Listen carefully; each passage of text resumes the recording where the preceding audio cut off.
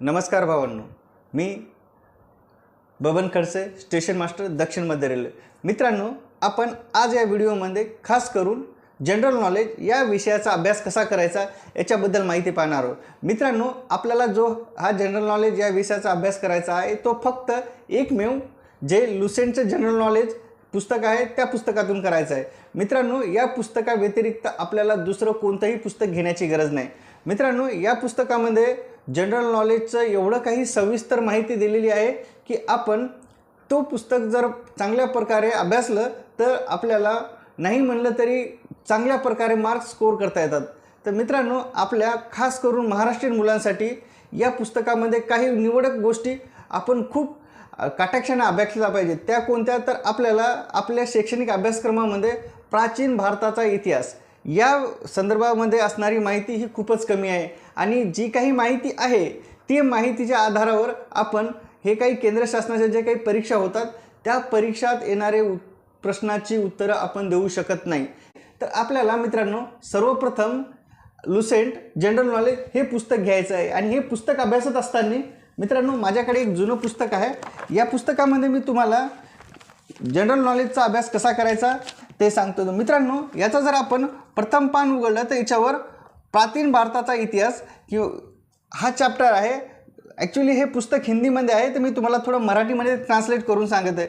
मित्रांनो, यामध्ये प्राचीन भारताचा इतिहास अभ्यासत असताना आपण जे काही वेद आहेत, वेद काय आहेत, कुठले कुठले वेद आहे आणि कुठल्या कुठल्या वेदामध्ये किती ऋचा आहेत, किती सूत्र आहेत आणि त्याचे उपसूत्र कोणते आहेत आणि प्रत्येक वेदात त्या वेदाचा अभ्यास करणाऱ्या माणसाला काय म्हणण्यात येते हे पण या पुस्तकामध्ये दिलेलं आहे. आपल्याला ते बारकाईने बघायचं आहे.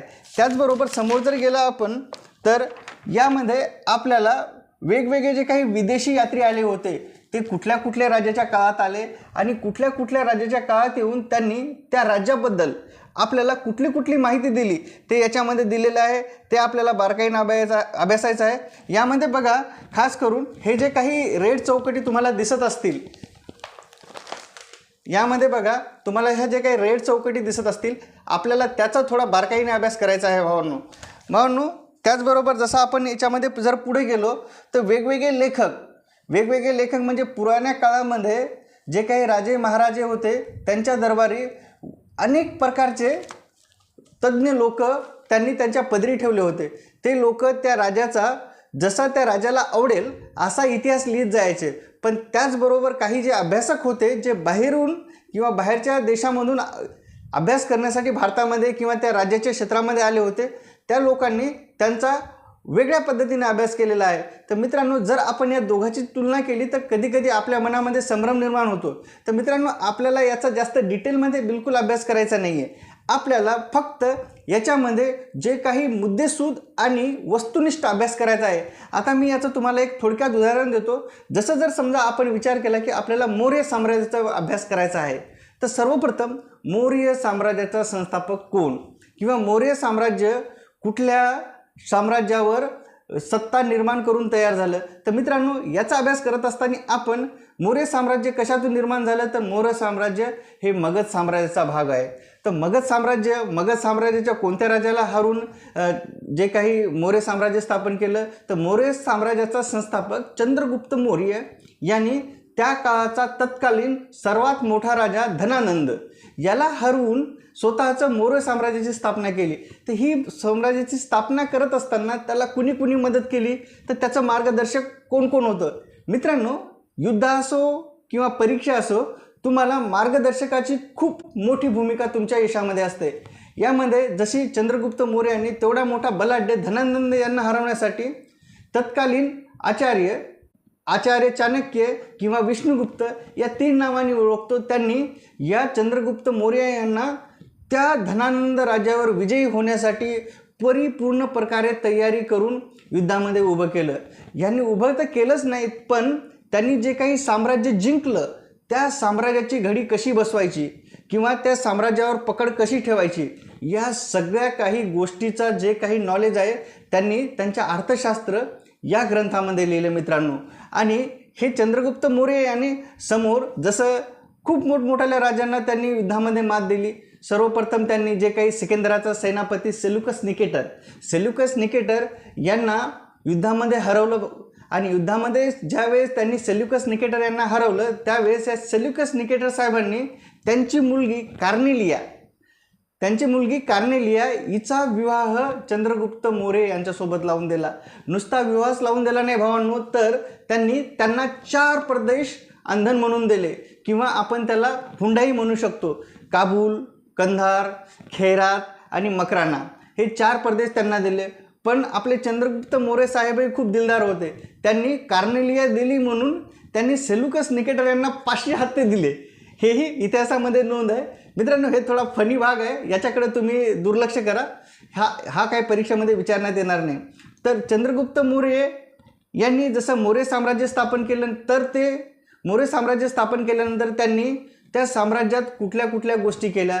सर्वप्रथम त्यांनी कोणत्या धर्माला राजाश्रय दिला.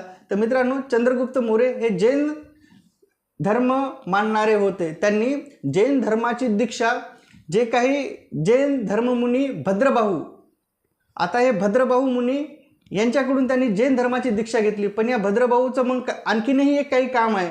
तर हे भद्रबाहू कोण होते, तर त्यांनी जैन मुनी किंवा जैन साधू आहेत यांची जीवनी कल्पसूत्र नावाचा ग्रंथ या भद्रबाहू यांनी लिहिला. तर असा आपल्याला कोरिलेट करून अभ्यास करायचा आहे. त्याचबरोबर आपण जर थोडं आणखीन पुढे गेलो तर चंद्रगुप्त मौर्यानंतर त्यांचे काही जे वंशज आहेत, जसं की बिंदुसार आहेत, त्याला अमित्रघात असे म्हणायचे. त्यांनी आजीवक संप्रदायाच्या लोकांसाठी बऱ्याच काही गुफा बांधल्या, लेण्या बांधल्या. आता हे आजीवक संप्रदायाला तर मग या आजीवक संप्रदायाचा संस्थापक कोण होता, तर मख्खलीपुत्र कौशल. या प्रकारे आपल्याला त्याचा अभ्यास करायचा आहे. तसंच बिंदुसाराला वेगवेगळ्या पुराणामध्ये काय म्हणतात, तर त्यांना वायुपुराणामध्ये भद्रसार म्हणतात. तर आणखीन इतरही त्यांना टोपण नाव बरेच आहेत. या बिंदुसार यांच्या जे काही राज्यात आहे काळामध्ये कुठल्या एखाद्या बाहेरच्या राजांनी कुठला दूत पाठवला होता, जसं की त्यावेळेच्या तत्कालीन सिरियाच्या राजा अँटिओकस यांनी डायमिकस नावाचा दूत पाठवला होता. तर मित्रांनो, जसं जसं आपण पुढे जाऊ तसं बिंदुसार गेल्यानंतर मग अशोक. आता मौर्य साम्राज्यामधला सर्वात महत्त्वाचा म्हणजे एकदम बिनीचा जर राजा म्हणलं तर सम्राट अशोक आहे. तर मग सम्राट अशोकांनी काय काय सुधारणा केल्या, त्यांच्या कोणत्या प्रांतात विभागणी केली होती, जसं की त्यांची 4 प्रांतांमध्ये विभागणी केली होती. उत्तरामध्ये तक्षशिला, खाली अवंती, त्याच्यानंतर कलिंग, नंतर खाली दक्षिणापद ज्याला सुवर्णगिरी म्हणतो, तसंच पूर्वेकडे पाटलीपुत्र. या प्रकारे आपल्याला अभ्यास करायचा आहे मित्रांनो. आणि हा अभ्यास करत असताना त्यांनी ज्या वेळेस जसं काही एखादं मोठं युद्ध जिंकलं, जसं की कलिंगचं युद्ध जिंकलं इसवी पूर्व 261 त्या युद्धानंतर त्यांच्यामध्ये काय बदल झाला, ते बदल झाल्यानंतर कोणता असा धर्मप्रवर्तक होता की त्याच्या प्रवचनाने आपल्या अशोकांचं मन बदललं, हे काही गोष्टी आपल्याला त्याच्यामध्ये अभ्यासायच्या आहेत मित्रांनो. असा काही अभ्यास जर केला तर आपण जे काही परीक्षेमध्ये परीक्षक जो काही वस्तुनिष्ठ प्रश्न विचारतात आपण त्याच्या दिमागापर्यंत पोहोचू शकतो मित्रांनो. हा झाला इतिहासाचा भाग. आता राज्यशास्त्राचा अभ्यास करत असताना बरेच काही मित्र म्हणतात की बाबा आम्हाला हे कलमा लवकरात लवकर डोक्यामध्ये घुसत नाही. तर मित्रांनो, तुम्हाला काही गोष्टी ह्या तुमच्या दिमागावर कोराव्या लागतील. जर तुम्हाला त्या कोरता येत नसतील तर तुम्हाला त्याच्यामध्ये काही स्मार्ट ट्रिक्स यूज कराव्या लागतील. जसं की तुम्हाला फरक कळाला पाहिजे की केंद्रामध्ये शासन कसं आहे, राज्यामध्ये शासन कसं आहे. तर मित्रांनो, आपल्याकडे जे काही केंद्रात आहे सेम टू सेम त्याची डुप्लिकेट कॉपी राज्यामध्ये आहे. डुप्लिकेट कॉपी असल्यामध्ये बऱ्याच काही कलम किंवा बऱ्याच काही गोष्टी साम्य आहेत. जसं की केंद्रामध्ये राष्ट्रपती आहे, मंत्रिपरिषद आहे, पंतप्रधान आहे. ह्या सगळ्या गोष्टी राज्यामध्ये त्याच आधारावर राज्यपाल आहे, मुख्यमंत्री आहे, मंत्रिपरिषद आहे.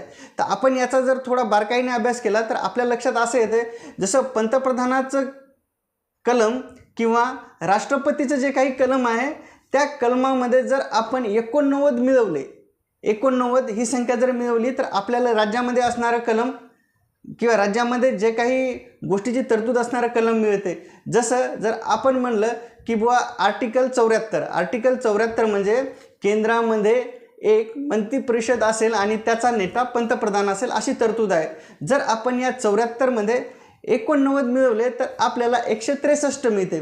तर 163 काय आहे, तर राज्यामध्ये मंत्रिपरिषद असेल आणि त्याचा नेता हा मुख्यमंत्री असेल.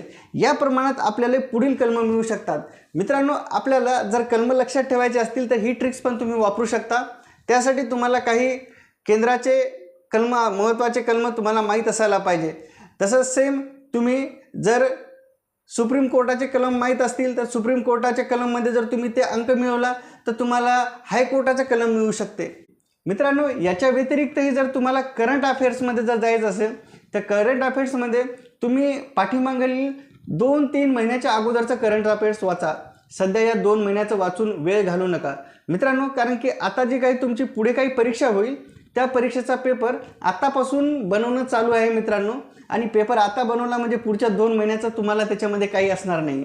कुठलीही परीक्षा असो, जर तुम्ही ती टार्गेट करत असाल तर 1-2 महिने पाठीमागलं तुम्ही करंट नॉलेज वाचा.